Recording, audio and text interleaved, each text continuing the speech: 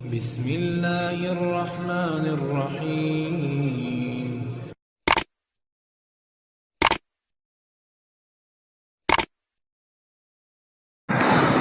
الحمد لله وكفى وسلام على عباده الذين اصطفى أما بعد فأعوذ بالله من الشيطان الرجيم بسم الله الرحمن الرحيم إنا نحن نزلنا الذكر وإنا له لحافظون وقال النبي صلى الله عليه وسلم خيركم من تعلم القرآن وعلمه او کما قال علیہ الصلاۃ والسلام۔ الحمدللہ ہماری 6 تختیاں مکمل ہو چکی۔ آج انشاءاللہ تعالی ہم 7ویں تختی کا آغاز کریں گے۔ 7ویں تختی میں کھڑی حرکات کو بیان کیا، اس کے بعد حروف مدہ کو بیان کیا ہے۔ اس کی کیا وجہ ہے کہ پہلے کھڑی حرکات کو بیان کیا، اس کے بعد حروف مدہ کو لائے ہیں؟ تو سب سے پہلے ایک حرکت کو پڑھا، پھر 2 حرکت کو پڑھا، پھر پڑھی حرکات کو پڑھا، اب کھڑی حرکات کو پڑھ رہے ہیں۔ اس کے بعد ہم حروف مدہ کو پڑھیں گے۔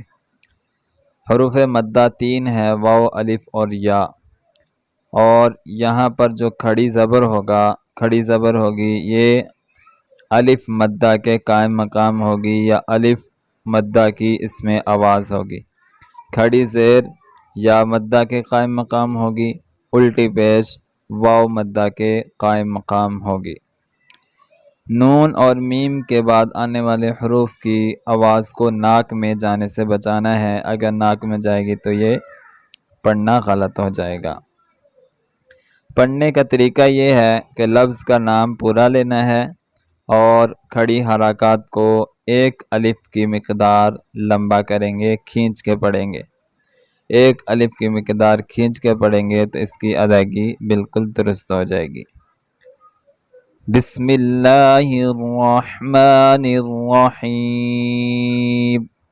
با کھڑی زبر با، یا کھڑی زبر یا، را کھڑی زبر را، میم کھڑی زبر ما، لام کھڑی زبر لا، واو کھڑی زبر وا، نون کھڑی زبر نا، حمزہ کھڑی زبر آ، ہا کھڑی زبر ہا، عین کھڑی زبر آ، حا کھڑی زبر حا، غین کھڑی زبر غا، خا کھڑی زبر خا، تا کھڑی زبر تا، ثا کھڑی زبر ثا، جیم کھڑی زبر جا، دال کھڑی زبر دا، ذال کھڑی زبر ذا، زا کھڑی زبر زا، سین کھڑی زبر سا، شین کھڑی زبر شا،